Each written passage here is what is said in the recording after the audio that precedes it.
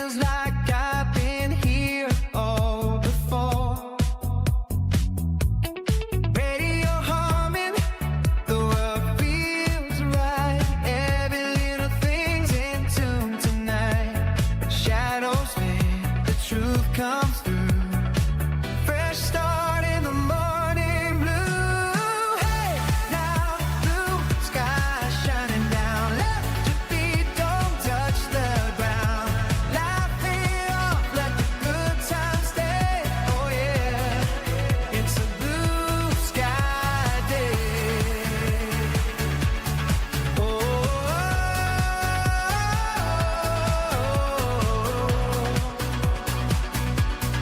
Oh,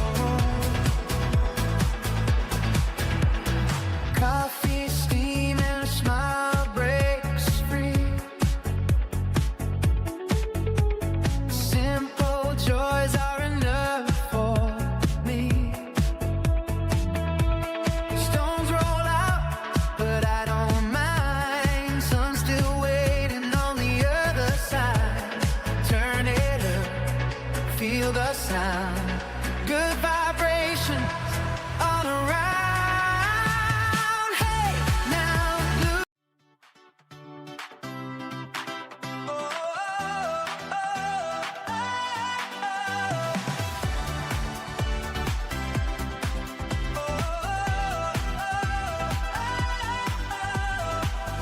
Wake up, sunlight tapping on the door. Feels like I've been here all before. Radio humming, the world feels right. Every little thing's in tune tonight. Shadows fade, the truth comes through. Fresh start in the morning blue. Hey now, blue sky shining down. Lift your feet, don't touch the ground. Laugh it off, let the good times stay. Oh yeah, it's a blue sky day.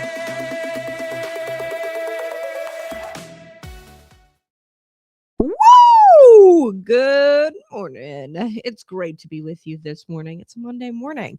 I love Mondays sometimes. You know, it's great to get back into the rhythm of things. And I am currently church shopping. You guys know that I moved from Illinois, Pritzkerstan, as I like to call it. I moved recently to the south and we're church shopping. And I think we found one that we really like. We'll have to see. But I had a great weekend. It was fantastic. Got to sing praise and worship in church, and I wasn't interrupted by Don Lemon. Okay, so I couldn't imagine being interrupted by Don Lemon during my worship service. So outrage, that brings me to today's top story. Outrage is erupting. Now, I've been in churches, in Illinois, where we had a protocol. Okay. If somebody were to storm the church, or if there were to be people who stormed the church, or somebody were to get into the face of our pastor, there's security protocols. Okay. There's protocols in certain churches. Don Lemon is lucky to have gotten out of there with his life. This is private property. Outrage is erupting after Don Lemon rushed this church altar. It was all caught on camera. So, I mean, allegedly rushed. I'm going to be careful here because there could be some charges, federal charges. We'll get to that in a second. Could be. I don't know. I'm kind of disappointed I haven't seen anybody in cuffs, Anthony Fauci, anybody during the COVID-19 pandemic where they were saying things like masking would curb your risks, curb your risk of getting COVID-19 or contracting COVID-19, social distancing. We all know that was fake and not true. They shut us down 2 weeks to stop the spread. None of that was science backed by science. We know that now. Tony Fauci hasn't been cuffed. There's been a lot of people who haven't been cuffed. And, Governor J.B. Pritzker, Brandon Johnson, Tim Walz. I would like to see some people drug out in cuffs here shortly. But the Trump administration seems to be sitting on their hands. So I'm not holding my breath here. I don't know if Don Lemon is actually going to be charged. He should. Because this is going to be really bad for Christians everywhere and churches everywhere if this is let go. Harmeet Dillon has taken to social media, has talked about this and potential charges being filed against Don Lemon. So we're going to get to all of it. He rushed this church altar during a Christian sermon, Don Lemon. And if this isn't dealt with by the Trump administration, there's going to be serious consequences here, because leftists everywhere are going to think that it's okay to rush church services. So we're going to get to that. Also, have you worked for ICE? If you've worked for ICE, Illinois Democrats are saying that you cannot attempt employment at local police departments or state police. You can't try to be a cop after you've served for the Trump administration as an ICE agent from years January 2025 to January of 2029. If you worked for ICE in that time period, you are banned from being hired as a cop, as a local cop here in the state of Illinois. That's a bill that they've introduced. It hasn't, been signed into law yet. It's just sort of outrageous.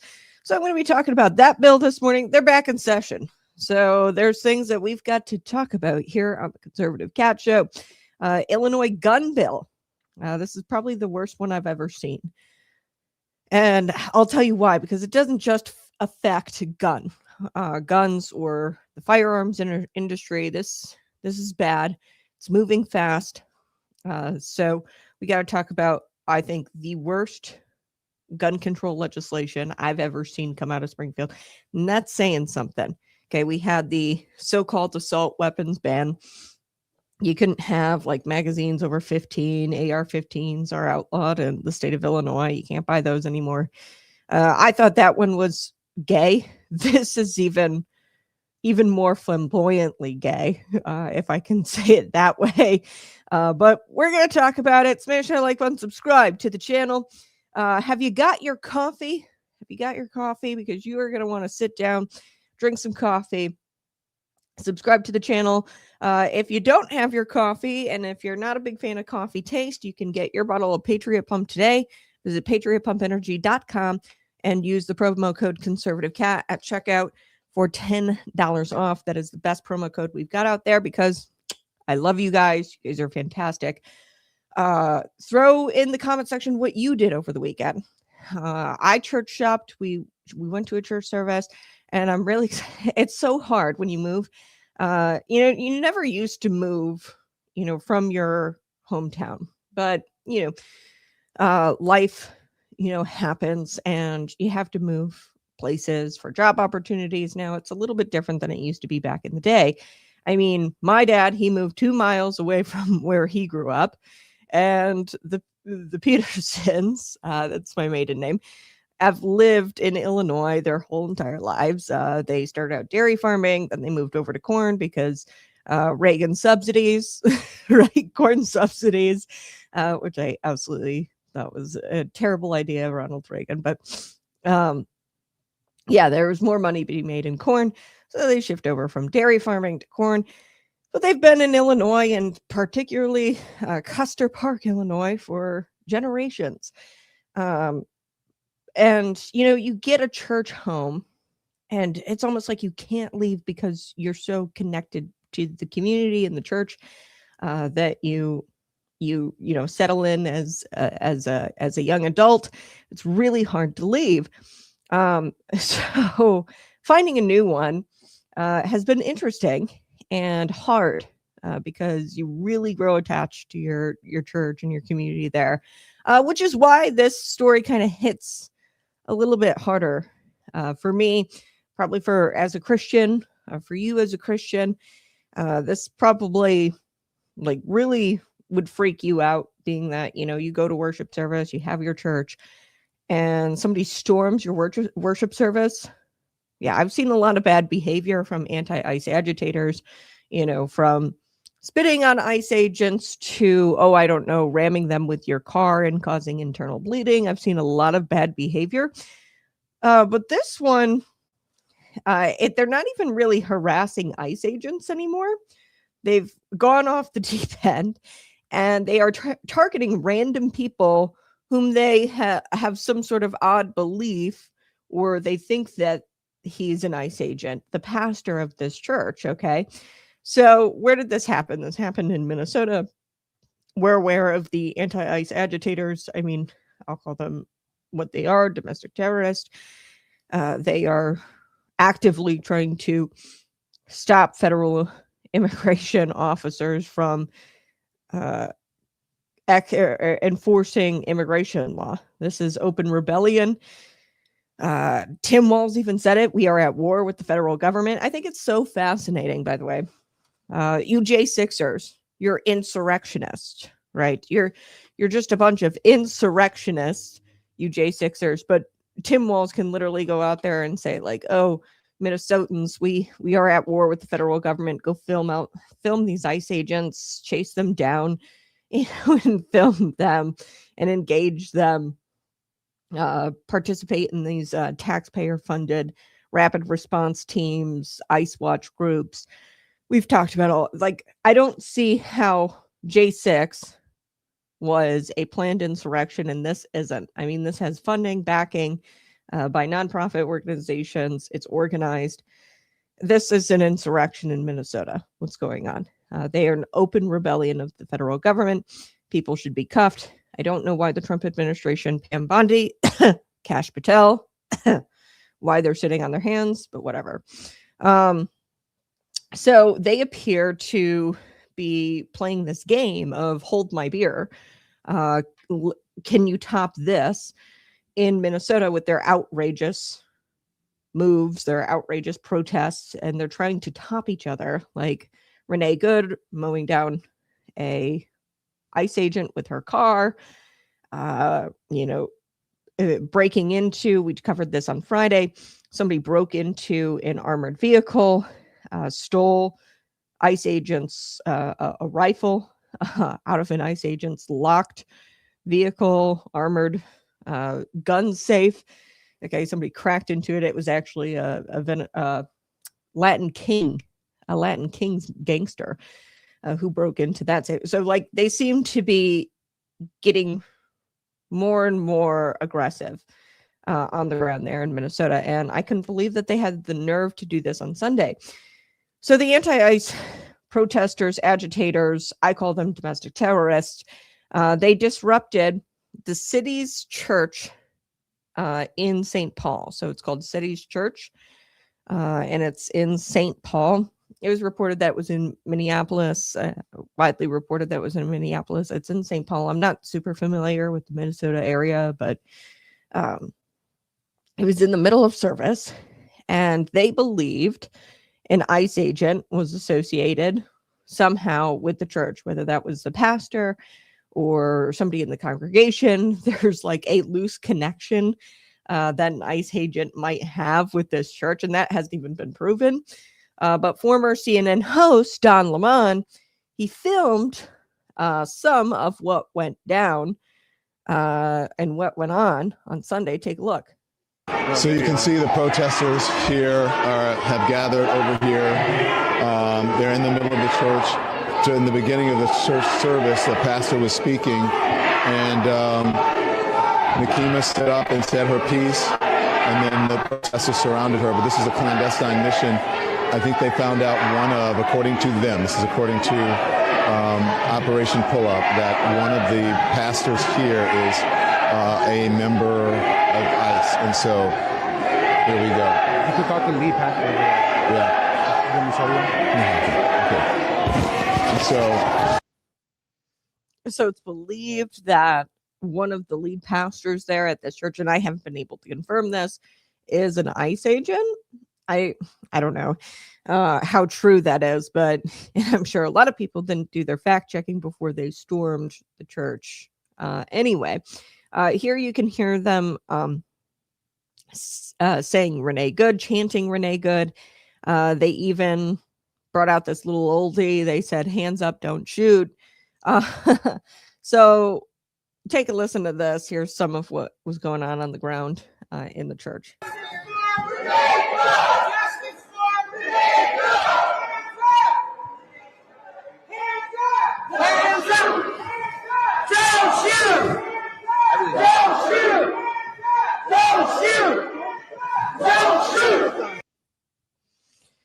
So there you have it.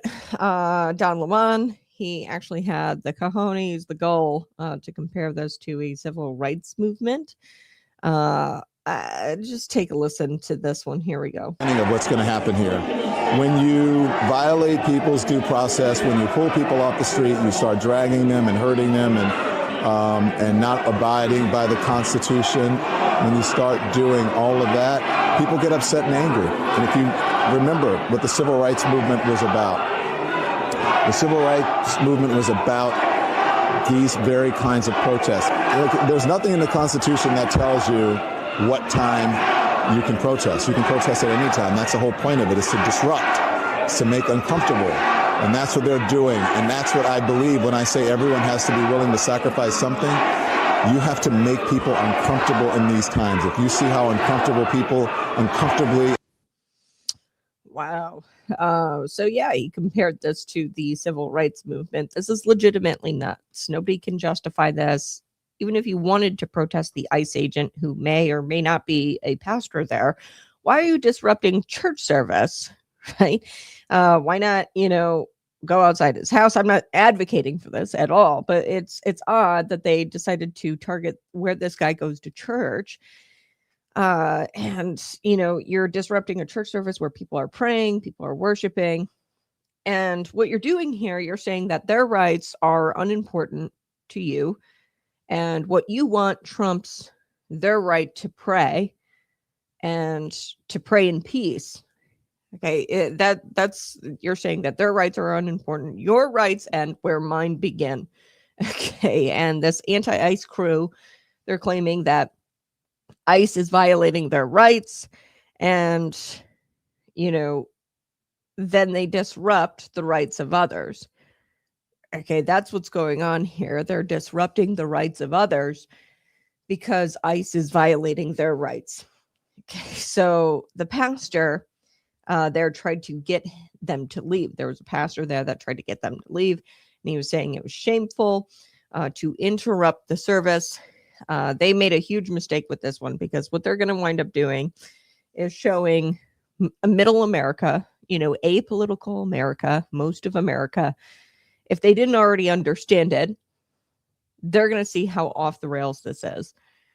How in the world do you make this connection to this pastor who may or may not be an ICE agent or have some sort of loose connection with ICE, and then you go and you violate everybody's rights, because you think that ICE is violating your rights, when really, in reality, they're just enforcing immigration law that's been passed democratically by Congress, okay, through our constitutional republic. They were democratically elected. They passed federal immigration law, and these ICE agents are just enforcing that. So middle America, apolitical people, people who aren't as in tune as this audience may be, they're going to see this and they're going to say, wow, these anti-ICE agitators, terrorists, they're really off the rails here. Okay. Now, this hasn't gone completely unnoticed, and I'm going to seem a little spicy towards the Trump administration this morning. Not that I don't like what President Donald Trump has been doing overall, but there's definitely problems I have with this administration, specifically Pam Bondi and Kash Patel. They took out Charlie Kirk. We still don't, I know that proceeding is going on, but we still don't know. There's a lot of questions swirling around the Charlie Kirk assassination. Tony Fauci hasn't been cuffed. The people who jailed the J6ers and forced them to be in prison cells with nothing more but a thin mat and gym shorts. You know, they went without clothing. They had to pee in a bucket. I want to see people jailed for that. I want to see people who, in the Biden administration, who went after Mark Huck. If you guys remember who Mark Huck was, he's a father, him and his son. They were praying outside of an abortion clinic, and I'm going to get to the FACE Act here in just a second because this is a clear violation of it, what Don Lemon and these other agitators did. But Mark Huck, he was raided his home in the middle of the night. He had like several children, I think like 7 kids, something crazy. Lots of children. In the middle of the night, they busted down his door. They shackled him because he violated the FACE Act. He was outside of this entrance of an abortion clinic. And he engaged with somebody from the clinic only because out of self-defense, because the worker had attempted to hurt or assault Mark Huck and his son, who were outside of the abortion clinic. Okay. I don't like the FACE Act extending, or like the FACE Act, because abortion clinics are not places of worship. And outside the entrances of them, that's, you know, public sidewalk, right? That's, you know, all public property. You know, once you get into the facility or onto the facility's property there, then yeah, I could see where a FACE Act might be needed. But, you know, it went really far, the FACE Act, trying to protect abortion clinics as places of worship almost. And I'll get into the FACE Act and how I think it's a clear violation what these agitators did and what Don Lemon did of the FACE Act. But Attorney General Harmeet Dillon, this hasn't gone completely unnoticed, although I'd like to see Pam Bondi, Kash Patel, talk about how they've filed charges. And I get it. It just happened on Sunday, but we need to see these people charges filed. Harmeet Dillon said that they'd be investigating the incident to see if it violated the FACE Act. And they are going to be investigating the incident to see if they violated the FACE Act for desecrating a house of worship and interfering with Christian worshipers. Now, let me get to the Christian pastor here. Who's confronted by Don Lemon, had a microphone shoved in his face. He was trying to preach the word of God to his Minnesota congregation. Don Lemon storms the church with this group of agitators. In the middle of the sermon, he begins to harass, threaten the pastor on a live feed. Okay, and then further incites this left-wing mob against the worshiping Christians. Take a listen. I mean, this is unacceptable. It's shameful. It's shameful to interrupt a public gathering of Christians in worship. But there were folks who will say, I have to take care of my flock. okay, but listen, we live in there's a constitution in the First Amendment to freedom of speech and freedom to assemble and protest. We're here to worship. We're here to worship Jesus because that's the hope of these cities.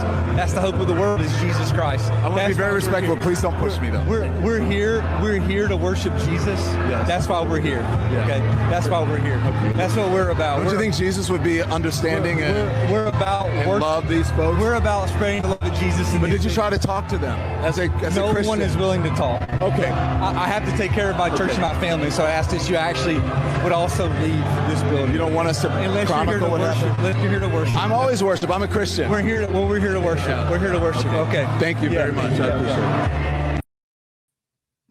Wowza. Oh, God. Look at that clown. Oh, God. All right. So this is obviously a violation of the FACE Act. And I appreciate Harmeet Dillon coming out and, you know, saying we're going to investigate to see if it violates the FACE Act. You know, I think that's pretty clear. Mark Huck, they didn't investigate to see if he violated the FACE Act. No, they busted down his door at 3 a.m. In a raid and cuffed and shackled this elderly-ish man, an older man with several children. And, you know, I think that this is a hate crime. It's likely a hate crime. And the Biden administration didn't pause to investigate to see if there was a violation. No. What should have happened, 3 a.m., in the middle of the night last night, Don Lemon should have had boots knocking in his door, and he should have been cuffed. Okay, because this is a federal crime. Looks like, right, to me. I mean, I know that the authorities have to, but it looks like an obscene violation of the FACE Act. And let me get to that, because Don Lemon, he needs to be dealt with like the Biden regime dealt with pro-lifers, pro-life protesters, FBI SWAT team raids. They marched in Mark Huck's home. That's one incident that I can point to. Frog marched these pro-life protesters before cameras, full federal charges, decades of prison time. That's what the Biden regime did. And they didn't even really violate the FACE Act. Sure, they might have come in with 30 feet of these abortion clinics, but they're not storming the facilities. They're praying silently outside of the abortion clinics on the sidewalk. And they said, oh, you can't do that. Okay, to the pro-life protesters. And they hit them with federal charges, decades of prison time. We have to make an example out of Don Lemon. We have to, because this is going to start happening in churches across America. And I'm going to be frank with you. There's church protocols out there.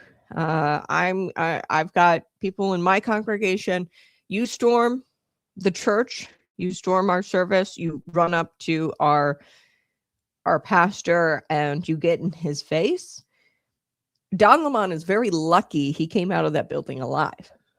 Okay. And this is the only way to protect Christianity, is to make an example out of Don Lemon. We have to defend our faith. So Don Lemon, he was obviously shoving his microphone in the pastor's face, leaning his head in. And then I think it's so funny. You hear Don Lemon, he starts whining and he says, "You're pushing me." What a total clown, this guy. Don't push me. Bruh, it's private property. You could literally be forcibly carried out of there. They could have thrown him into the street, or worse, legally in most states. You don't go into private property. Okay. You don't bust in. Okay. And you don't get to protest in church. Okay. And most states you'd be dealt with a wireless hole puncher. Let's just put it that way. So he's very lucky to have, not that I'm calling for that in any kind of way. But you get into the face of somebody. I mean, he was not one arm distance away from the pastor. He was getting in the face. I mean, yeah, I mean, he is officially a Karen, Don Lemon. Okay. He's an aggressive agitator biatch, yelling, "Don't push me." And he made sure to get that audio on tape. I know how these people work. The liberals work this way. They're complete Karens. "Don't push me. Don't push me." He wanted to get that audio on tape to make himself look like the victim. These people are theater kids. They're all about the theatrics, the Democrats. They are hysterically hypocritical. Your First Amendment right to peacefully protest does not override other people's First Amendment right to worship. Okay, and this protest violated the FACE Act. Let me tell you how. And Don Lemon should be arrested immediately. And they should all of these agitators should all face prison time over this. Now, here's how it violated the FACE Act. I'm going to read a portion of the FACE Act. Now, the FACE Act, I'm not a big fan of the FACE Act. This is the Freedom of Access to Clinic Entrances of 1994. I think it's really fake and gay. It's stupid. But there's a provision in there, and we have got to start to ask ourselves, are we going to apply the law equally or not? Are we going to only apply this law when it's politically advantageous for the left? So here's a provision within the FACE Act. So this is Section 2, intentionally injuring, intimidating, or interfering with, or attempting to injure, intimidate, or interfere any person by force, threat of force, or physical obstruction, exercising or seeking to exercise the First Amendment right of religious freedom at a place of worship or at a place of religious worship. So that's it. I'm citing the FACE Act here. I don't know about you, but this was definitely interfering, intimidation. Okay, definitely. Don't know if anybody was actually hurt or injured, but Section 3, it also applies to places of reproductive health services, okay? Intentionally damaging, destroying property of a facility, or attempting to do so because such facility provides reproductive health services, or intentionally damaging or destroying property of a place of religious worship.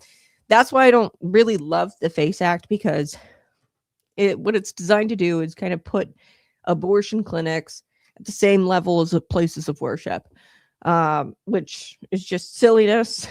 These are not places of religious freedom.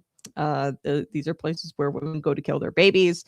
And most of the pro-lifers who were raided by the FBI, raided by Joe Biden's regime, they weren't in the facilities. They weren't damaging anything. They weren't trying to interfere with a woman going to get an abortion.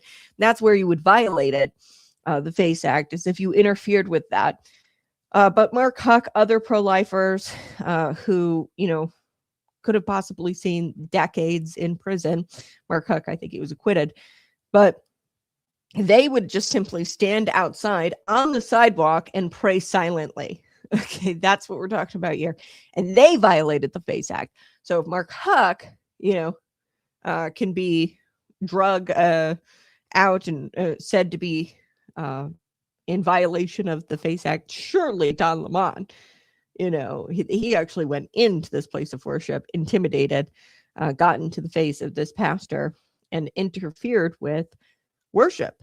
So imagine, if you will, a conservative personality or a conservative of any kind just storming into a mosque, in a blue state.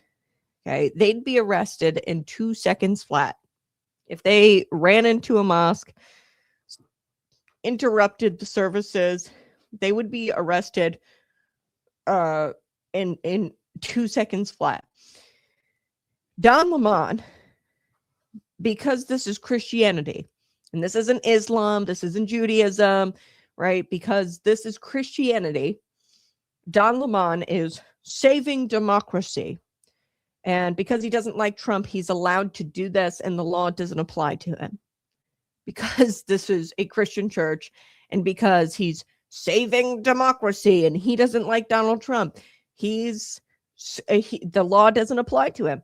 So the DOJ has got to arrest Don Lemon within the next few hours here. If I get off the show and he's still not arrested, I'm going to be very upset. I have been for a very long time with Pam Bondi, Kash Patel. I don't think that they're doing enough. Okay. And, this is going to be a leftist tactic used everywhere. Churches are private property. They're protected by the FACE Act. I read to you the provision 2 of the FACE Act. These are not public forums. This is to be used, for peaceful protest. And in this case, I would argue it wasn't very peaceful. They interfered, they intimidated church attendees. Okay, so I would argue that this wasn't even a peaceful protest, but it doesn't really matter because it's not a public forum, it's private property. There's also another law. I don't like the FACE Act because it elevates abortion clinics to a level of religious worship, like a place of religious worship, which is weird. They're not places of religious worship. They shouldn't be protected by law. As such, it's bizarre. And it just goes to show you what these people think about abortion. This isn't women's health care, okay? Reproductive rights. That's not what this is about. This is about killing children. And it's anti-biblical. It's anti-Christian. Okay, so they think of it as religion. Killing babies, sacrificing babies. This goes back to pagan religions. And it's a theme throughout the Bible where the antithesis or the villain in the Christian Bible, a lot of King Herod, You've got Pharaoh, okay, killing all of the Hebrew boys in the Old Testament. Moses having to go down to get in a basket, go down the river. His sister following him down the river. And then you have King Herod. Jesus, they had to flee to Egypt, Mary and Joseph. So yeah, you had Mary and Joseph fleeing to Egypt to avoid baby Jesus dying, because there was a decree calling for the slaughter of boys. Again, like that's a common theme in Christianity. Our villains like to kill children.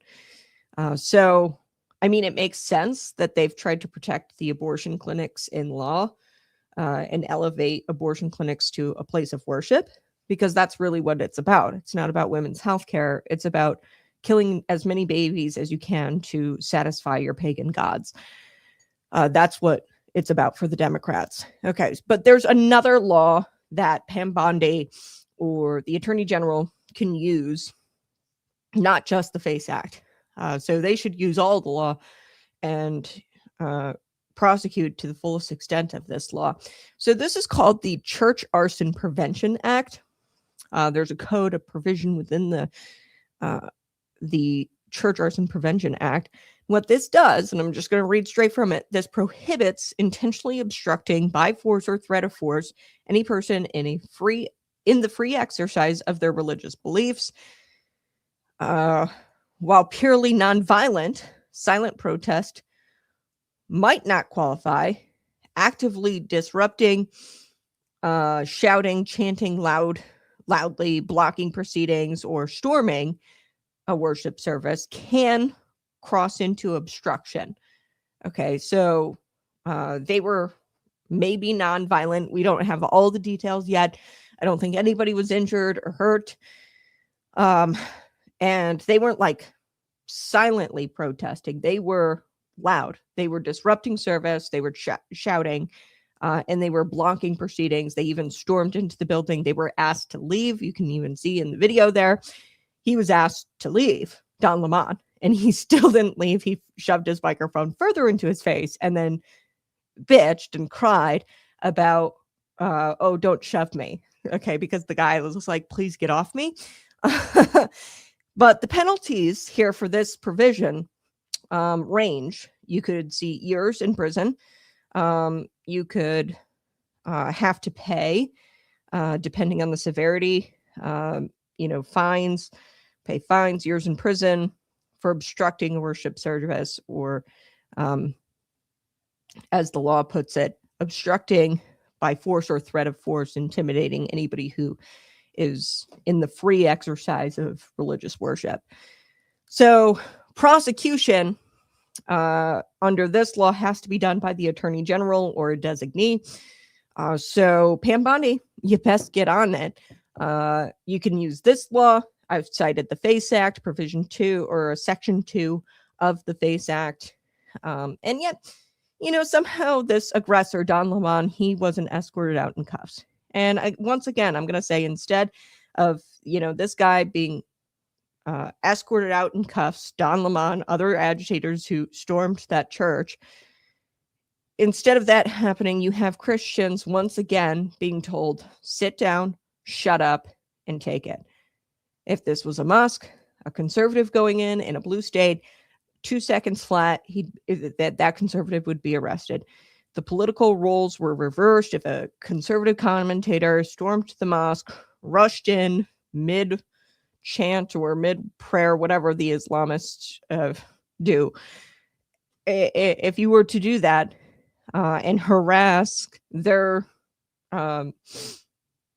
leader, in that prayer, I don't know the Islamic religion, but if you were to harass him on camera, if you were to incite a mob, an online mob, which is what I believe Don Lemon was doing. He was broadcasting, trying to get people there, trying to encourage and incite people to do this sort of thing, storm churches. This would have been labeled, if a conservative had done this in a mosque, labeled right away as religious harassment, intimidation, and possibly a hate crime. CNN would be running wall-to-wall coverage. The DOJ would be monitoring the situation. We do have an ex post by Harmeet Dillon. I will give them that, the Trump administration, that they are investigating to see if there's a violation of the FACE Act. And there would be, the DOJ would be monitoring the situation, would be kicking in doors, because we saw this happen under the Biden regime. We've already seen this play out when the roles are reversed, okay? And not even completely reversed, because like I said, Mark Huck, they kicked down his door and he was outside of the abortion clinic silently praying. He was engaged by an abortion clinic worker and he defended himself. So the activists, they would be demanding arrest. They did demand the arrest of Mark Huck. But because Christians are the target here, and listen to this, because Christians are the target, the silence is deafening. The FACE Act, the Freedom of Access to Clinic Entrances Act, doesn't just protect abortion clinics. Very clearly in Section 2 of that law, it doesn't protect just abortion clinics like the left would want you to believe. It does protect, it explicitly protects religious worship and places of religious worship from force, threat of force, or physical obstruction. So here's what the legacy media, no one in the legacy media seems willing to ask, okay? Does the law apply equally to Christians? Or do we only invoke this law when it's politically convenient for the left? Because we've seen peaceful pro-life Christians drug away in handcuffs for silently praying outside of entrances. These entrances aren't even entrances of religious worship, although they've been elevated to that under this statute.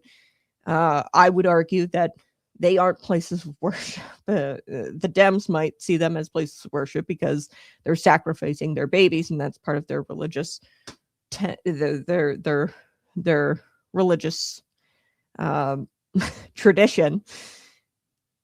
When somebody storms a church altar, a Christian church altar, on camera, crickets. So, and this isn't an isolated incident.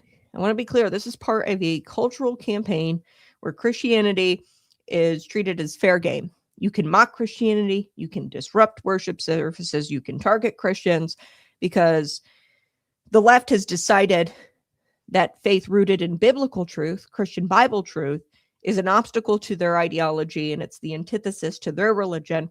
And they are justified in treating Christians poorly, mocking them, disrupting their services, targeting them. And they are justified because they see Christianity as an obstacle to their ideology and to their religion. So they see it as completely fine. So it's not that they don't just, like, I don't agree with Christian beliefs. They leftists, their ideology, and I've always talked about this on the show. That's why I created the show. Their ideology is the antithesis to Christianity. It's not that they don't agree. It is quite literally the antithesis to who they are. They want to humiliate Christians. They want to silence them, and they want to drive them out of the public square. And they're going to do that. And they're going to be the ones screaming tolerance. Okay. And for every Christian watching this morning, I know that this feels like it's not the country you grew up in and you don't recognize this country anymore. Hear this. You are not alone. You are not crazy. And you are not wrong for wanting to defend your faith. And the Trump administration and Pam Bondi, they need to get it together and not just put out X posts that they are looking into whether this was a violation of the FACE Act. All right. Thank you so much for the super sticker. You guys are great. I appreciate you being here this morning. Subscribe to the channel. Share this out with your friends. Hello, everyone. Glad that you're here. Subscribe today. Yes. However, when talking about liberals, they do worship death, and that's why the FACE Act applies for them. Yeah, appreciate your comment, Jennifer. Before I shift gears and get into a bill that we've got to talk about today, in Illinois, they've introduced this bill. A Democrat has introduced this bill where ICE agents, former ICE agents, so ICE agents that served between 2025 to 2029, Trump ICE agents, they're not allowed to serve as local police and state police. Before we get to that bill, I'll address Jennifer's comment here.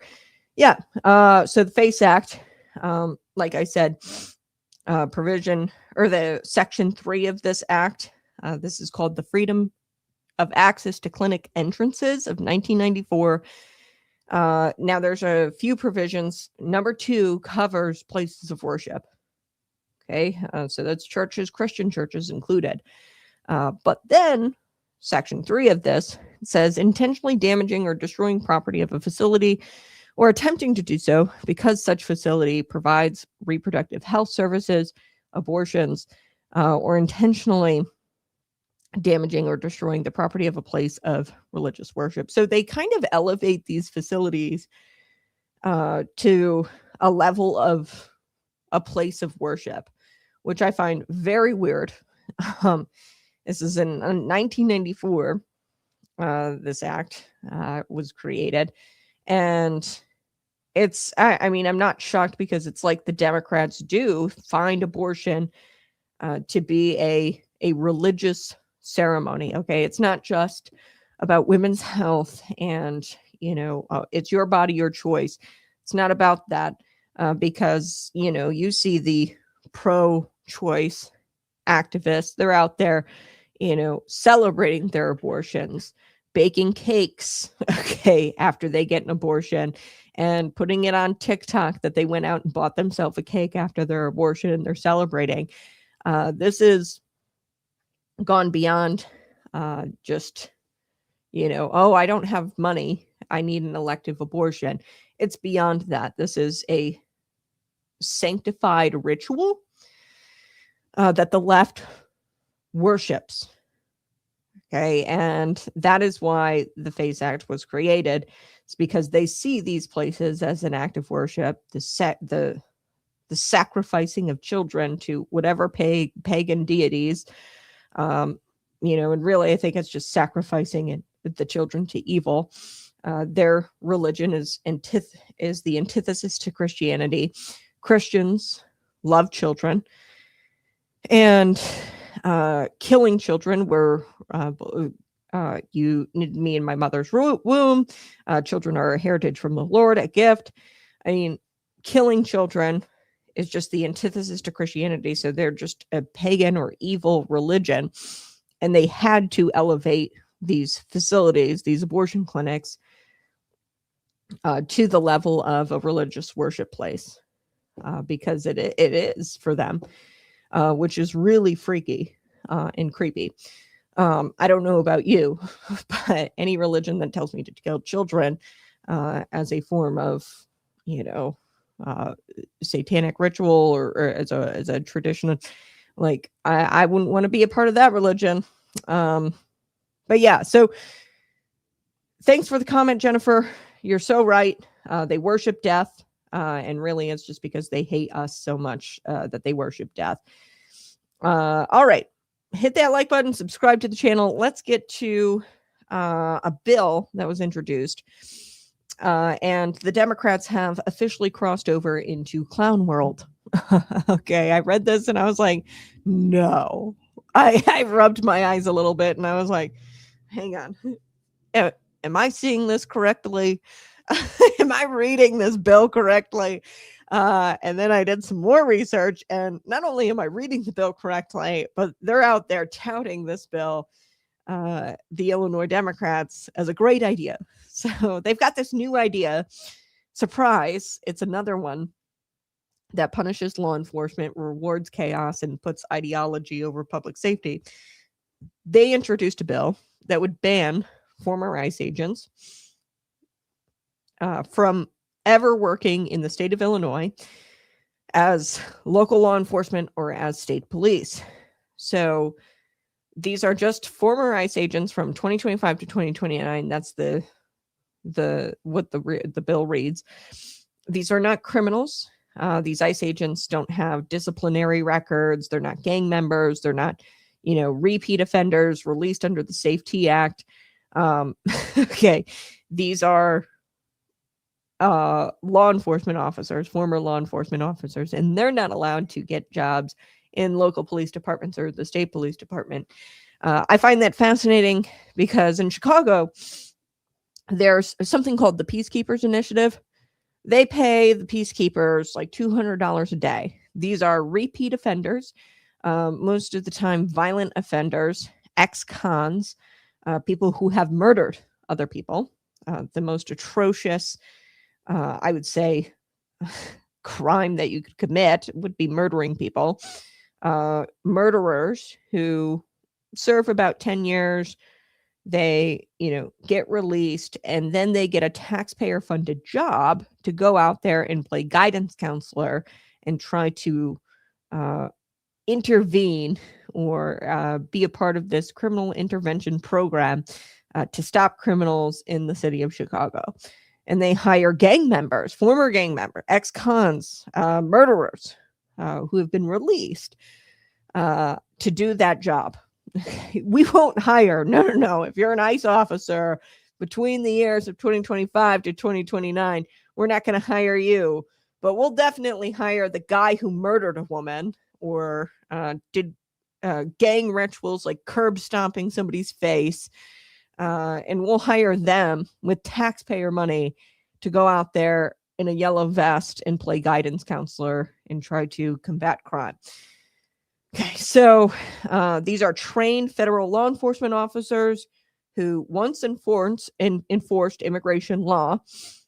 If you worked for ICE honorably, no disciplinary record whatsoever, you just served during that time period, 25 to 29, you don't have a single disciplinary mark, Illinois Democrats say you are unfit to protect the public. Okay, and the woman behind this bill, State Senator Laura Fine. She's a Democrat. She's also running for Congress because, of course, she is. Take a listen to this. This is her talking about the bill. Here we go. Laura Fine here. I'm getting in my car now and headed to Springfield, and I am going to talk to my colleagues about my new legislation that bars ICE agents from working for law enforcement at both the local and state level here in Illinois. After what happened in Minneapolis, it was a glass break moment. Enough is enough. Not one more child should have to live without their parent. The violence and intimidation has to stop. This legislation will hold agents accountable, and it will make sure the Trump administration can no longer use its rhetoric and its violence here in the state of Illinois. I'm doing this for the state, and when I get to Congress, I will fight to hold the Trump administration accountable for their crimes. Okay, so what this legislation would do, it would categorically bar ICE agents from being hired by local police departments, county sheriff's offices, and state law enforcement agencies. There's no due process here. There's no case-by-case review, like just blanket. If you served 25 to 29 for ICE under the Trump administration, you are not allowed to get a job in state law enforcement agencies, county sheriff's offices, or local police departments. No misconduct, like no disciplinary record. Like, okay, I get it. There's bad apples in law enforcement. Okay. If she was serious about public safety and ensuring public trust in our law enforcement agencies, our local law enforcement, our local police departments. If she was serious, there would be a provision in there that says, hey, ICE agents who have a disciplinary record, okay, or have some sort of misconduct on their record, okay, but no. If you wore the ICE badge, you're done, okay, and that's blacklisting. That's not accountability. This isn't about weeding out the bad apples in law enforcement. This is blacklisting. And it raises the obvious constitutional question, okay? How do you ban someone from employment without any evidence of wrongdoing? Okay, they served their country as an ICE agent and enforced federal immigration law passed democratically by Congress, a democratically elected Congress, a constitutional republic. We're represented by Congress. We send people there to go make laws, craft laws, pass the laws. And then we have law enforcement who enforces the laws. Very admirable process. It's an admirable job to enforce the laws that Congress passed. This is how our country functions. But they didn't do anything wrong, but you're denying them employment. Okay, I don't even know how this is constitutional. It raises a constitutional question. And here's the thing. The goal isn't justice here, because if the goal was justice, there would be a provision within this bill that says, hey, and I wouldn't even agree with it totally if there was a provision that says, hey, disciplinary conduct or misconduct or had a disciplinary record. But clearly the goal isn't justice, because it would have included a provision like that. This is politics. Senator Fine, she claims that this bill was triggered by a glass break moment. So the Renee Good thing, after federal immigration actions that she described as violent and as intimidating. So that goes to tell you what this is all about. Like, the bill isn't even really triggered by facts, figures. Hey, how many ICE agents are actually intimidating? How many ICE agents are actually engaging in violence? Okay, so let's, for a moment, play devil's advocate here. Okay, say the ICE agent, Jonathan, I think his name was Jonathan, who, was dealing with internal bleeding after being hit by Renee Good with her car, her SUV. Let's just say for a moment here, for argument's sake, that he was the worst. Okay, and the shooting was unjustified. He wasn't in front of the car. She was driving, not impeding ICE in any kind of way. She was just driving down the street and stopped at a stop sign. And then this ICE officer just came up and shot her in the head. Okay, and she didn't run him over, and he wasn't in front of her car.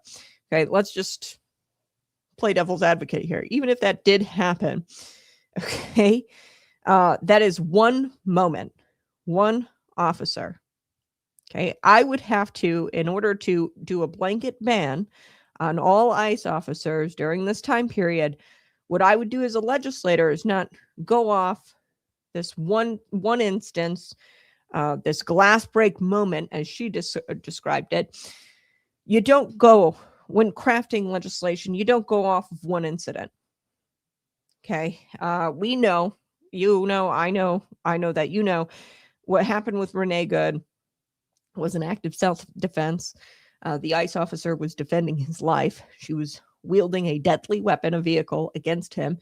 He shot. The ballistics show that there was shot in the front window of the car, which tells you about his location. He was in front of the car, not to the side of the car.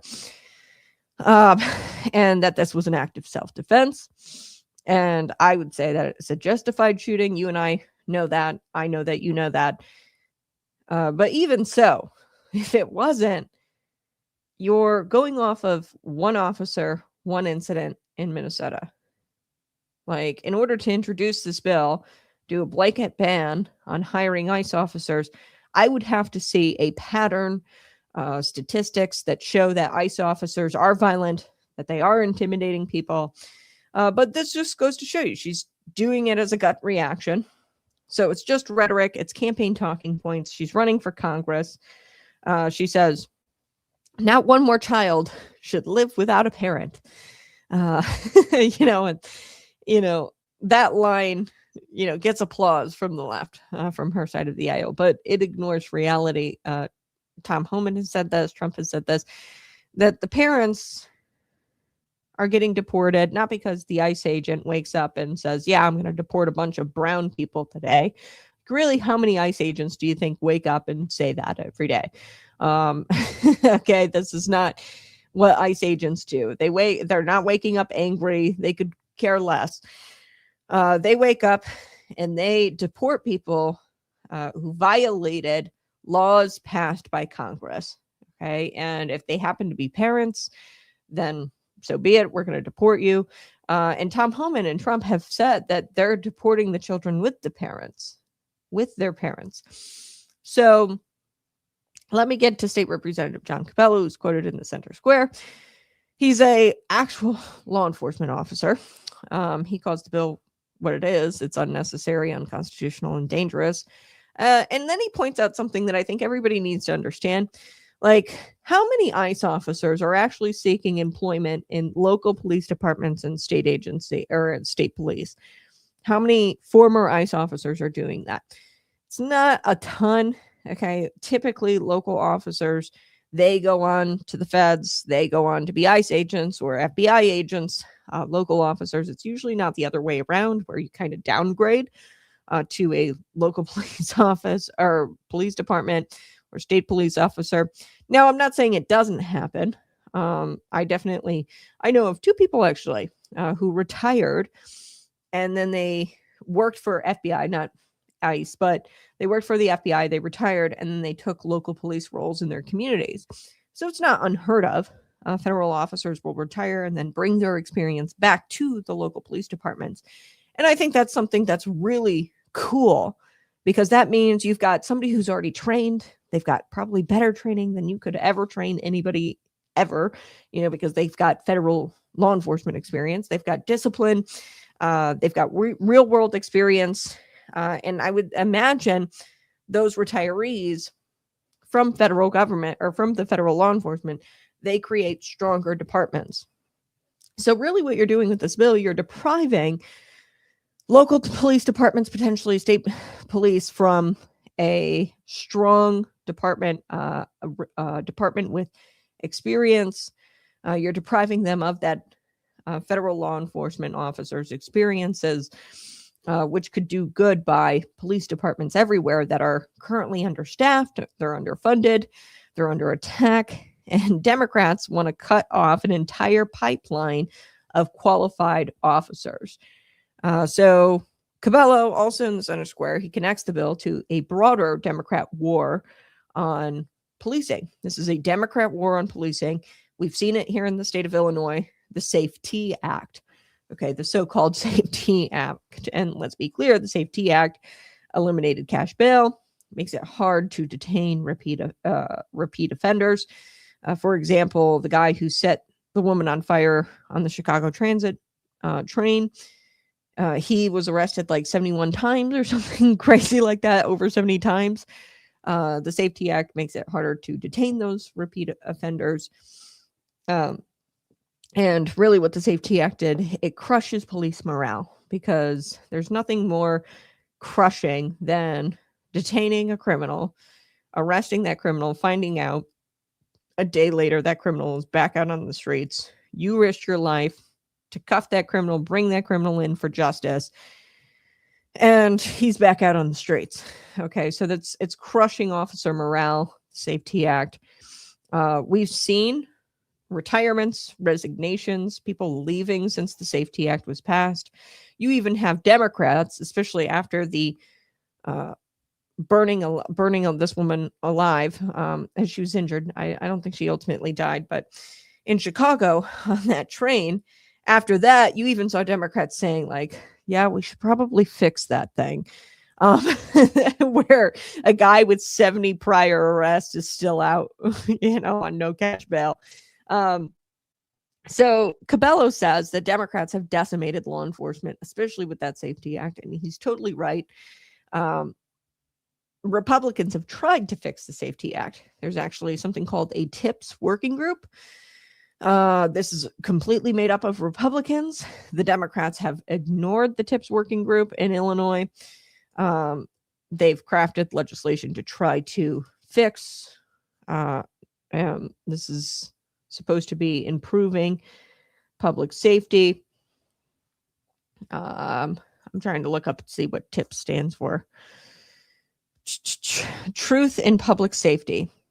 That's what TIPS stands for, Truth in Public Safety. So Democrats have ignored them. They've handed over bills to the Republicans to try to fix it.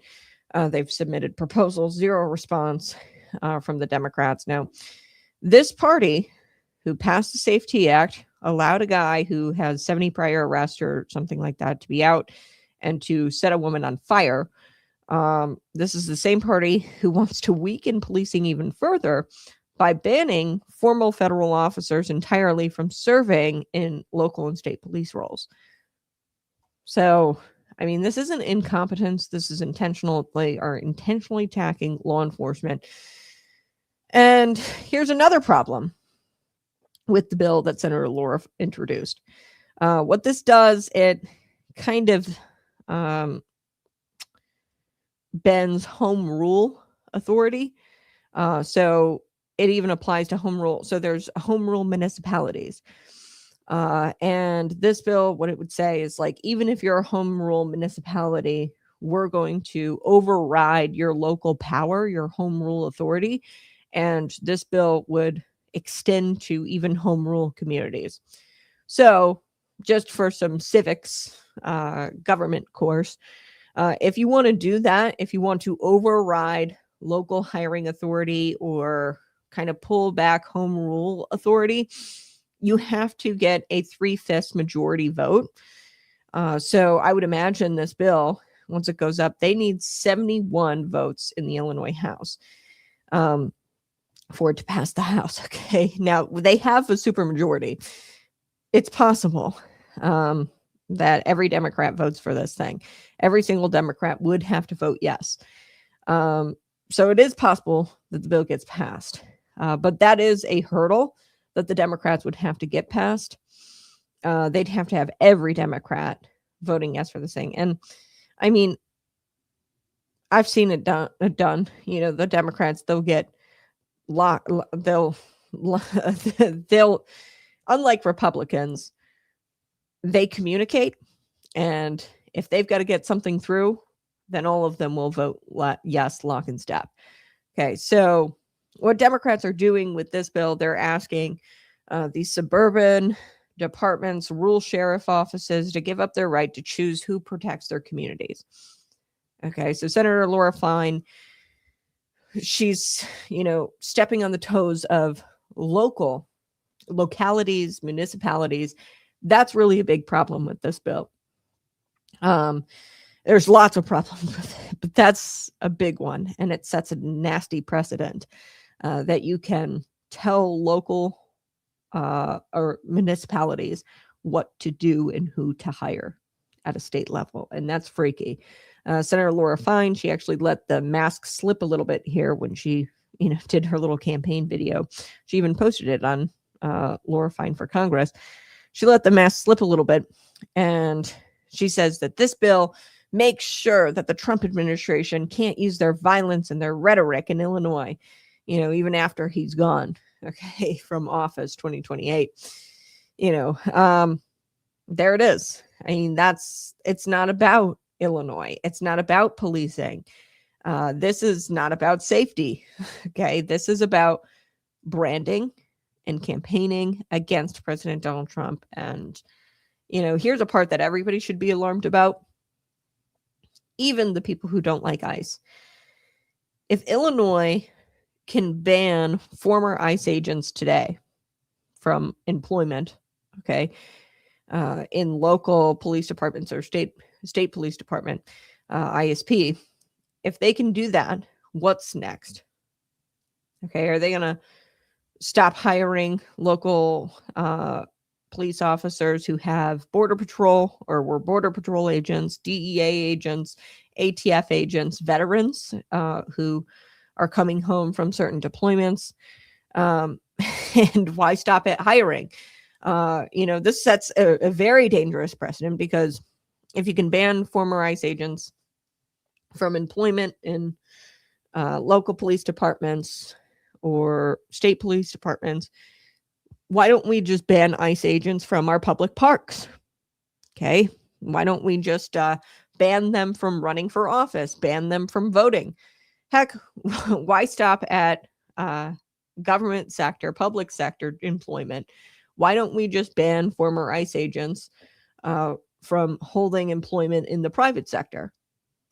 And I don't know about you, but none of that sounds like democracy.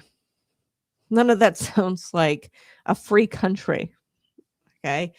So the Illinois Democrats, they claim that they're all about safety, but every single policy they pass makes communities less safe. And they claim to support workers, unless those workers enforced laws that we didn't like.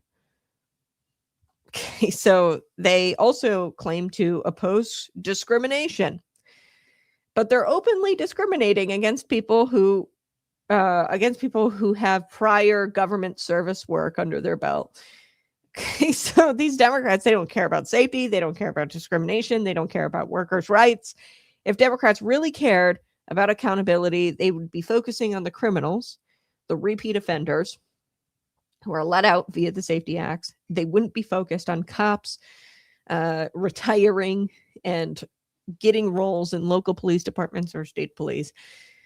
They wouldn't be focused on any of that. So smash that like button, share this out with your friends, subscribe to the channel. I've got a few more things. We need a new Republican Party. This one is nothing but a disappointment. Yeah. There's so many things that like Illinois Republicans, it's so fascinating. There's a few bills where I'm just like, no way. Not a single Republican voted against that. I think there were like a few in the Senate. I bring this one up sometimes. And it's just really feminized. The Illinois legislature is really feminized. And you know how I talked about Senator Laura Fine bringing this bill forward, and she goes, it was a glass break moment. That's kind of how women react to things. Like if something happens and it's an isolated incident, they'll react on feels and craft legislation based on feels over reals.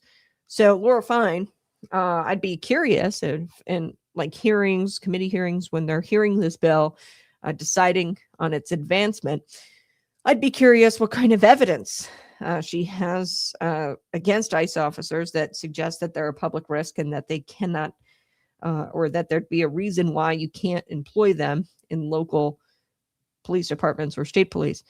Because that would be reality if you had the numbers, a breakdown that, hey, ICE officers, they have exorbitant disciplinary records or misconduct, and here's the numbers. ICE agents are 10 times more likely to have misconduct accusations, or are 10 times more likely to be violent against citizens than FBI agents, right? If she had something like that, maybe. But I know that they're not going to present any kind of evidence like that. And it's all done. And she admitted it. It was a glass break moment that encouraged her to file this bill. And that's a really feminized way of doing legislation and governing. It's very feminized. There's no like, hey, let's step back and see if this was an isolated moment, if this is my feelings that are derived from an isolated moment. What kind of evidence is this, widespread? Like these are all logical things that you'd, want to ask yourself before crafting legislation. There was a bill, a few Republicans voted against it, only a few, in the state legislature in Illinois, where, you got to pay women who are breastfeeding for their breaks if they take breastfeeding breaks. Now, I'm not saying that we should, maybe, and this even, I don't think I'd vote for it, but, or introduce legislation like it, where you're not allowed to fire someone based on if they're breastfeeding or not. I think it would be covered under like discrimination because they're female, and they're taking breaks to breastfeed. And that's, discrimination against women if they're taking multiple breaks. Where I start to get really weirded out is the paid breaks. If you're paying women to take breastfeeding breaks, that's bizarro. And they've mandated that here in the state of Illinois. It passed. It became law in January of this year, where breastfeeding women, you have to pay them if they are breastfeeding and taking a break. That, of course, is going to come at a hard cost for employers. Here in the state of Illinois, we have employers leaving the state They're not staying here. This is an unfunded mandate on business in the state of Illinois. And I mean, typical Republicans would look at that and say, that goes a bit too far. We're all for women, and women have protections, to take breaks for breastfeeding. And here's the thing: it's free market. If there's a business that is treating their female employees terribly and not allowing you to breastfeed, that business will go under. Okay. It's going to be impossible, an impossible business model to only hire men. Okay. And eventually that business is going to fizzle out and die. And that's the Republican perspective on it. You go about it logically, not emotionally, and Republicans are all for life, all for babies, all for women breastfeeding. Like, yes, but we're also about free market. And, I was shocked to find out that all of the Republicans in the state legislature pretty much voted for that thing. And I was just like, wow, that's like really anti-Republican. It's not part of the Republican platform to vote in favor of legislation that regulates employers like that, or mandates employers to pay women to breastfeed on their breaks. So anyway, I am going to take a quick break, but we're going to come back and we're going to talk about yet another bill. This one's kind of crazy. It's House Bill 3320. I'm going to be right back with that. Don't go anywhere. Subscribe to the channel. We'll be right back.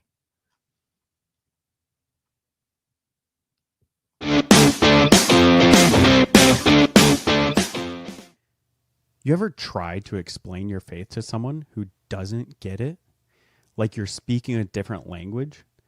Peter knew that tension. He told believers to live such good lives among the pagans that even if they accused them of doing wrong, they'd see their lives and end up glorifying God.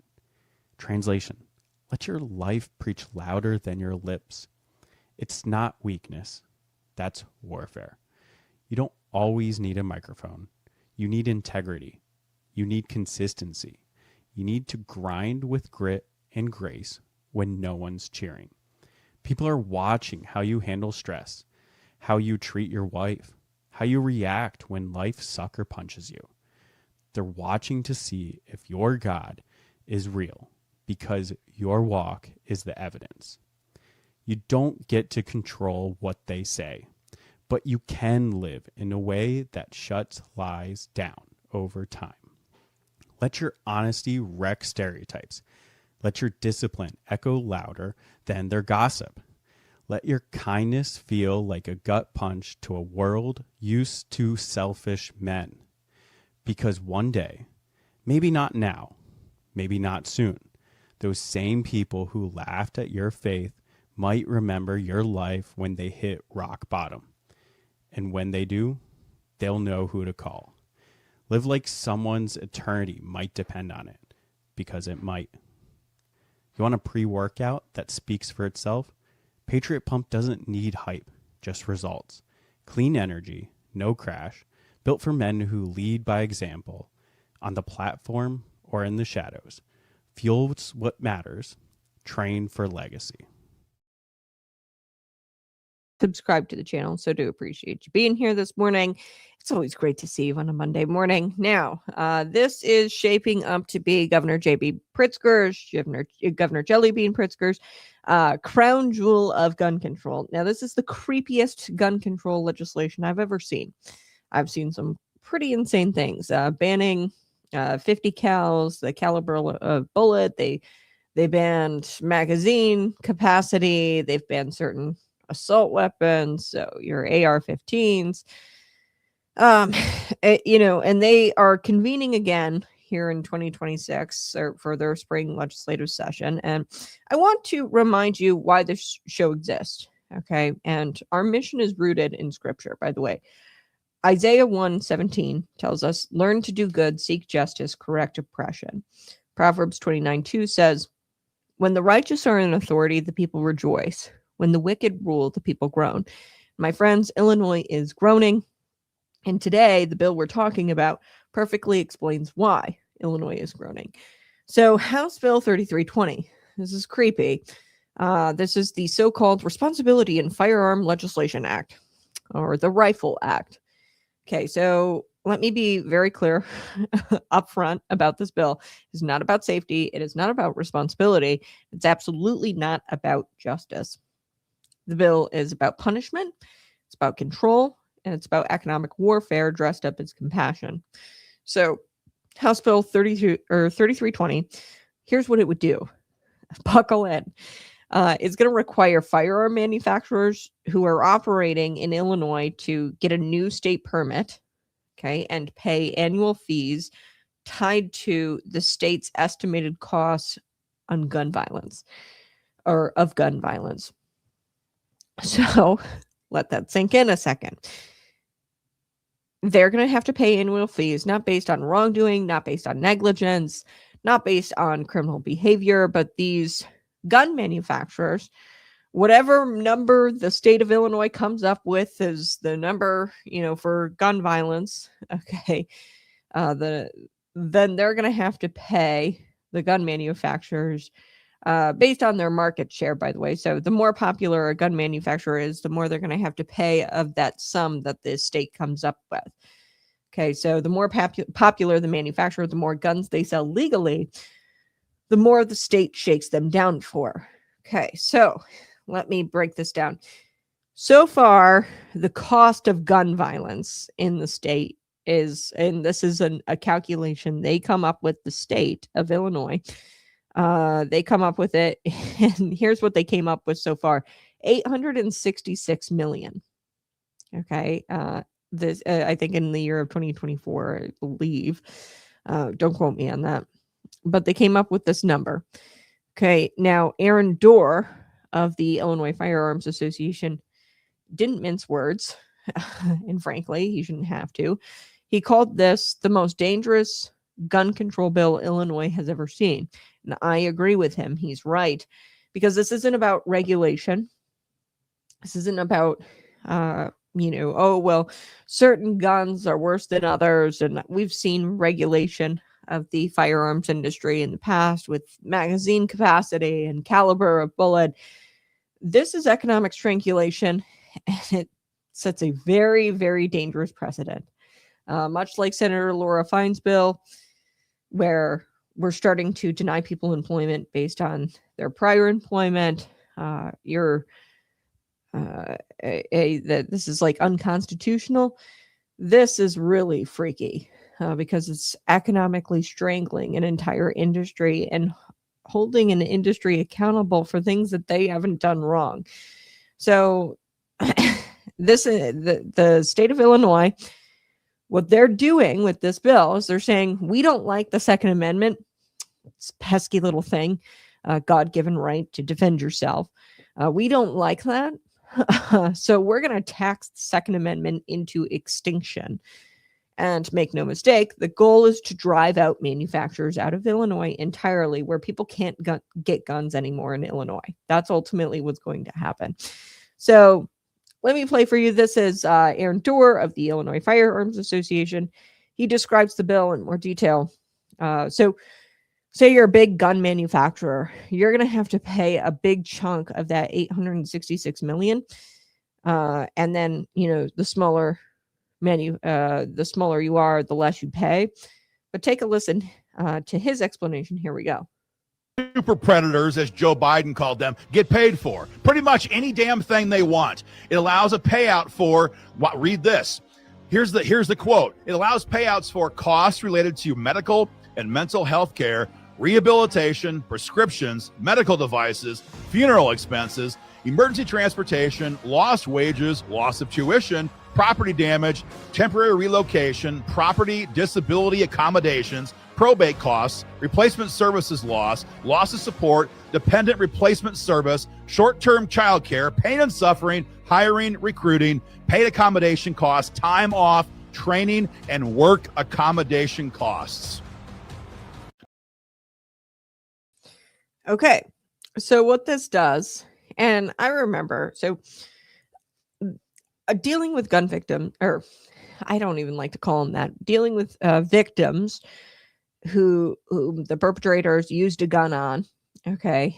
I've done a few stories. I actually went to the scene in Normal, Illinois. There was a mass shooting in a trailer park. And it's really tough because they're very, very traumatized. Okay. But they're not I would say they're traumatized. And this is why when somebody uses a gun against you and you don't have a gun to defend yourself, or at the same level of weaponry to defend yourself, it is very traumatizing. So, for example, if somebody wields a bat against you and you have no weapon, okay, to defend yourself with, that's very traumatizing. Because you are in a situation where you can't do a dang thing. Okay, a gun is a gun, and you can't do a dang thing about it. And I went to this trailer park, interviewed a lot of victims. There were several who were shot at. There were cars that had bullet holes in all of them. What the state of Illinois wants to do is make the manufacturers responsible for that. Okay, they're going to take the responsibility off of, or the accountability off of, the criminals. The criminals aren't responsible for, traumatizing people, putting bullet holes in all the cars. I saw they are going to make the manufacturers accountable for that, the people who make the tool. But like I said, victims who have a baseball bat wielded against them, or a pot of boiling water, or a vehicle where they're mowed down, and you have nowhere to run, nowhere to hide because this person has a weapon and I don't. That's a totally different level of victimhood. Okay. And it's very traumatizing. And we're taking the accountability off of the criminal and we're putting it onto the manufacturers. That's just so nasty.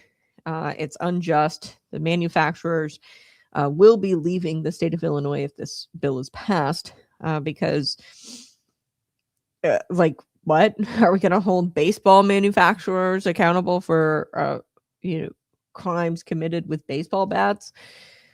But no manufacturers means no retailers, which means no access to the Second Amendment in the state of Illinois. And the Second Amendment only exists on paper in the state of Illinois. That is the goal. Supporters of this bill, sponsors like State Senator Robert Peters out of Chicago, they argue that gun violence, hate that term, gun violence, it's violence. He argues that gun violence places a financial burden onto taxpayers. And he's not wrong. Violence, is costly for taxpayers because you've got police that are responding to that violence. You've got, criminals who have to be processed through our judicial system. Yes, it is very costly for taxpayers. Now, he claims Illinois taxpayers pay billions every year for hospital bills, emergency response, lost wages, and rehabilitation. Which is all true because we've got these government programs, and I'm not necessarily for this. Yes, it's completely traumatic and terrible that people fall victim to any kind of violence. And I'm not saying that we shouldn't take care of those people, but the government doing it is costly. Okay, so for example, the Normal, Illinois mass shooting I told you about, I went to the scene. The day after, there was bullet holes all over people's cars. These people, I approached one guy and interviewed him. He was very scared of me, and I'm like, at that time, I was like, I don't know, $120, like 120 pound thing, soaking wet, 120 pounds, a little, fresh out of college girl walking up to him to chat with him. And he was very terrified of me. And he needed severe counseling. Like I could already tell, like this guy, or some sort of pastoral counseling.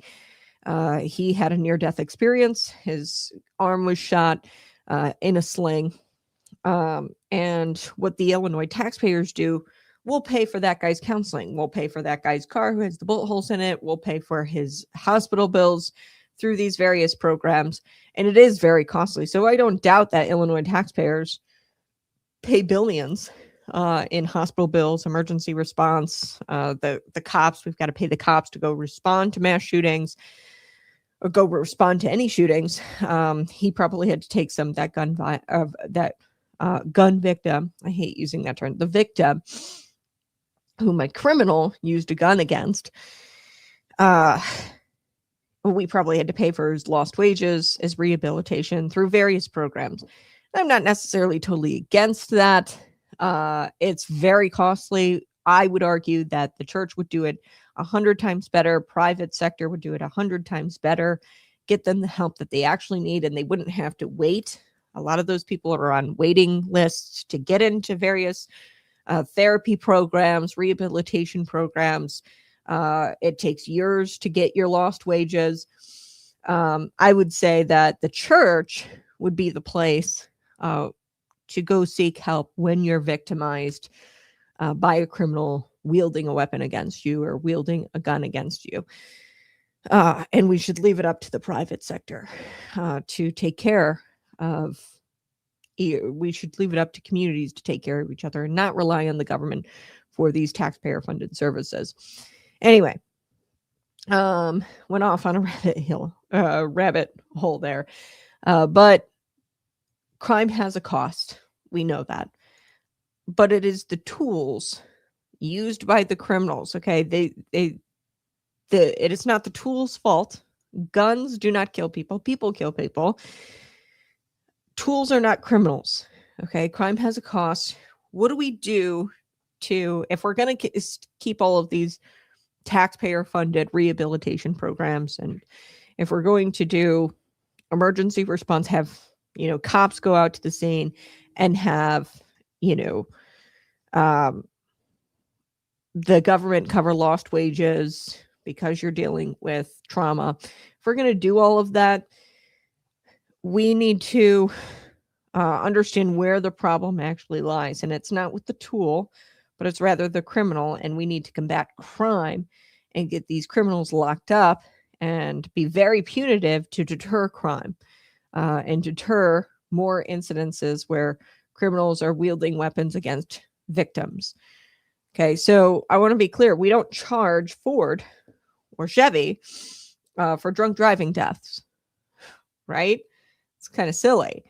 We charge the drunk driver, and we're very punitive with that. And we punish them to the fullest extent of the law to crack down on drunk driving. Make people think twice about getting behind the wheel of a vehicle while they're drunk. We don't charge Budweiser for alcoholism. Okay, we're not forcing them to pay because somebody drank Bud at the bar, got behind a wheel of a vehicle. We're not holding the Budweiser company liable for that. We hold the criminal accountable. Why would it be any different here? We don't go after the pharmaceutical companies every single time somebody overdoses on fentanyl in Chicago. Although the pharmaceutical industry can be blamed for the fentanyl crisis and shares, part of the blame here for the fentanyl crisis. They get people hooked on drugs once they injure themselves, and then they get addicted, and then they go and they find the street drugs, and then they overdose in Chicago. Okay, but we don't hold the pharmaceutical companies accountable for any of that. Rightfully so. I'm not saying we should, right? We hold the perpetrator accountable for that, or the addicted accountable for that. And we say, hey, it's their fault. They're the ones who need to go get the help. They're the ones who need to not be addicted to this. And we hold the drug dealers accountable for dealing on the streets, fentanyl. So why? Because we understand personal responsibility. When it comes to firearms, Democrats suddenly pretend that responsibility disappears. And, the guy that's wielding a gun against somebody, that guy isn't responsible for his actions. Okay, so let's take a listen to Senator Peters. He's a supporter of the bill. Take a listen. Here we go. In the U.S., there are more guns than people, with approximately 120 firearms for every 100 Americans. Unfortunately, many of these weapons end up on the streets and in turn in our most vulnerable communities. The NRA and the pro-gun grassroots organizations and major gun manufacturers do not care. They do not care that the legislation that they support and the policies that they support, the restrictions that they reject, result in thousands of preventable deaths a year. The only thing they care about is making a profit, whether it's at the expense of human life or not. It's crazy and ridiculous that in the richest, most powerful country in the history of the planet, you are more likely to have to face a bullet than to deal with a cancer treatment. That you'll have an easier time having to face gun violence in this world than you will to be able to deal with your housing. That should be flipped. And instead, what we have is a system and a policy that puts the burden on working class people who are dealing with the pain and trauma of gun violence every day. Meanwhile, gun manufacturers get to run off with runaway profits. Illinois taxpayers pay billions for gun injuries each year, from hospital bills to emergency response, lost wages to rehabilitation. With the Rifle Act, we are demanding the firearm manufacturing industry share in these public costs with us.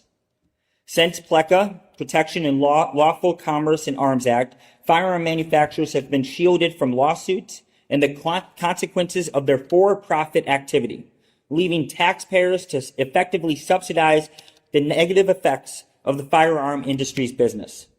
The Rifle Act aims to correct that by funding for survivors and community violence intervention, shifting costs from taxpayers to the industry that profits an estimated $20 billion a year. So that was Senator Peters. He attacked, you heard there, the PLECA. This is a federal law. It says it's the Protection of Lawful Commerce in Arms Act, which prevents gun manufacturers from being sued for crimes they didn't commit. Okay, so the law exists for a reason. Without it, no manufacturer could survive. Okay, imagine suing a kitchen knife company. Okay, Cutco, I don't know, Quizart or whatever. Okay, kitchen knife company being sued because somebody was stabbed with a kitchen knife. Okay, imagine suing a car company if, that car ran a red light and hit somebody, okay, and killed somebody. You wouldn't sue the car company. Okay, I mean, there would be no industry left. Okay, there'd just be lawsuit after lawsuit after lawsuit. This bill is a workaround that federal law, and what they're trying to do is use fees instead of lawsuits to take out these gun manufacturers. They're imposing annual fees, $866 million worth of fees, and they'll divvy that up between the manufacturers, and depending on how many guns you sell, legally, you're going to pay, a bigger portion if you sell more, a smaller portion if you sell it less. This should terrify every business owner in Illinois, because once the state starts assigning social costs, and once they can assign social costs to lawful industries, no one is safe.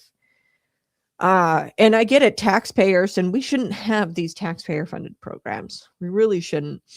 I care about gun victims of crime. Okay, I hate calling them gun victims because, it's traumatizing if somebody wields a baseball bat against you or mows you down during a Christmas parade, like Darrell Brooks. Okay, talk to some of those victims and the family members of those who died. They're very traumatized, and that's why the Second Amendment is so important, because, and that's what I realized when I went and I interviewed a lot of these people who had a gun, mass shooter in this trailer park, spraying people with bullets. Nobody had firearms. Okay, it's Illinois, it's trailer park. They probably couldn't afford, a gun because they live in Illinois, or they're against it. You talk to Illinoisans, they're like, "Ooh, gun, ooh, scary." Most Illinoisans are terrified of guns, and they don't have them in their house. So when somebody with a gun came into their community, started spraying everybody with bullets, it's extremely terrifying because you can't do anything to protect yourself. So that is why it's a God-given right, to the right to bear arms, because it's a fixed fight if you don't. Okay, everybody has the right to do it. I think everybody should, so they're not caught in this scenario where they can't defend themselves. And you've got these taxpayer-funded programs. Yes, we spend billions on it, and crime has a cost to the taxpayer. He's not wrong. But what we need to do is stop the crime. And how do we do that? We go after the criminals. We don't assign social costs to lawful industries. No one is safe if this bill gets passed, because next they're going to have car companies paying fines and annual fees because people run people over in drunk driving accidents, or Budweiser is going to have to start paying fees because the drunk driver drank Bud at the bar before getting into the vehicle. It's called personal responsibility, and we have to have that. There's another part of this bill that's very disturbing. House Bill 3320 is what we're talking about this morning. Smash that like button, subscribe to the channel. This bill creates a fund. So they assign an estimated cost of gun violence. So far, they've come up with this $866 million that the gun manufacturers are going to have to pay for. And, depending on how large the manufacturer is, you pay, your share.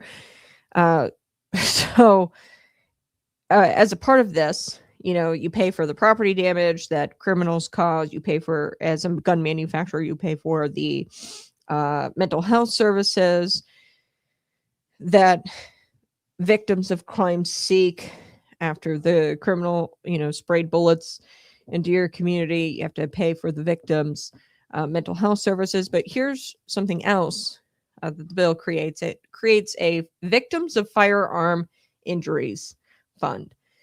And it sounds very compassionate. And then you read the fine print, and there's no distinction between innocent victims and criminals injured while committing crimes. So this is fascinating. House Bill 3320, hypothetically, the gun manufacturers could be paying for the injuries and the mental health services of someone who was shot while committing a robbery. So, for example, say you're going into a jewelry store as a criminal and you start robbing the guy, and then the cops come and then they shoot you, okay, as the robber. Or the guy behind the desk shoots you because you're robbing him, okay? And your wounds are treated, yada, yada, yada. The gun manufacturer would be potentially liable to pay for the robber's injuries because he was shot with a gun. It doesn't distinguish the bill between innocent victims and criminals who are injured with guns. It's just anybody who's injured with guns. So say you're injured during gang violence, which happens in Chicago. You're potentially eligible to receive money from that fund that this bill creates. Okay. So say Julio and Mario, Latin Kings, they're getting into it and they have a little spat on the street, and Julio pops Mario. Mario could potentially be eligible to receive funds from this gun manufacturer, the fund that the gun manufacturers are paying into through this bill. So the people causing the violence may now be financially rewarded, paid for by a lawful business, a gun manufacturer. And the lawful business is being punished by the state. They have to pay into this fund. And the fund isn't even necessarily for innocent victims, just people who are shot by guns. Like, that's crazy, folks. It's moral insanity. And if the gun manufacturers don't comply and they don't pay their annual fee, or they don't pay into the fund, or they don't pay for mental health services, for property damage caused by guns, they're going to face $1 million per month. The gun manufacturer, let's say like Glock, they're going to face civil fines up to $1 million per month if they don't pay their annual fee. And retailers, so let's say a retailer who sells Glock, say Glock didn't pay their annual fee or didn't pay into this fund, okay, and they're getting fined millions per month. Now they sell some of their guns to some retailers across the state of Illinois, and they sell, Glock products, and I'm just giving you an example, okay, or they sell for guns from an unpermitted or an out of compliance manufacturer. Those retailers are going to be slapped with a $10,000 per violation. So if they sell 2 Glocks and Glock is out of compliance with this new law, it hasn't been passed yet, but if it does, and Glock is out of compliance, then you're going to pay $20,000 because you sold Glock and they were out of compliance with this law as a retailer. So you as the retailer would have to pay a fee, a hefty fee. Clearly, this is a deliberate attempt to collapse the firearm industry. Okay, firearm supply in Illinois. You will no longer be able to get firearms in Illinois. And like I said, the bad guys are going to figure it out. The bad guys, the criminals, they're going to figure out how to kill you and to wield either firearms against you, knives, bats, and you won't be able to defend yourself because you, the law-abiding citizen, you're not going to have the tools necessary to defend yourself because they won't be made available to you legally. Okay, the manufacturers, the dealers, they're going to be gone. And ultimately what this is about you. They don't want law-abiding citizens to defend themselves and to not be victimized in a very traumatic way. And at the end of the day, the target isn't just the industry. The target is the law-abiding gun owner, the law-abiding citizen who, by God, is bestowed a right to defend yourself. Jesus said, sell your cloak and buy a sword, right? Scripture tells us in Micah 6:8, what does the Lord require of you? To act justly, to love mercy, and to walk humbly with your God. Okay, there's nothing just about punishing lawful behavior. Selling guns is lawful behavior. Okay, there's a way to go about it legally. These manufacturers are creating guns. They get all the necessary federal permits, all the necessary state permits, and they're going about it lawfully. But there's nothing merciful about empowering criminals and taking the accountability and the responsibility off the criminal and putting it onto the gun manufacturer. So there's nothing just or merciful about this law. There's nothing humble about the government believing that it can take your God-given rights away through taxation and through fees. Okay, it believes it can tax away your God-given rights. God does not want you to cower without defending yourself justly. That's not what God wants.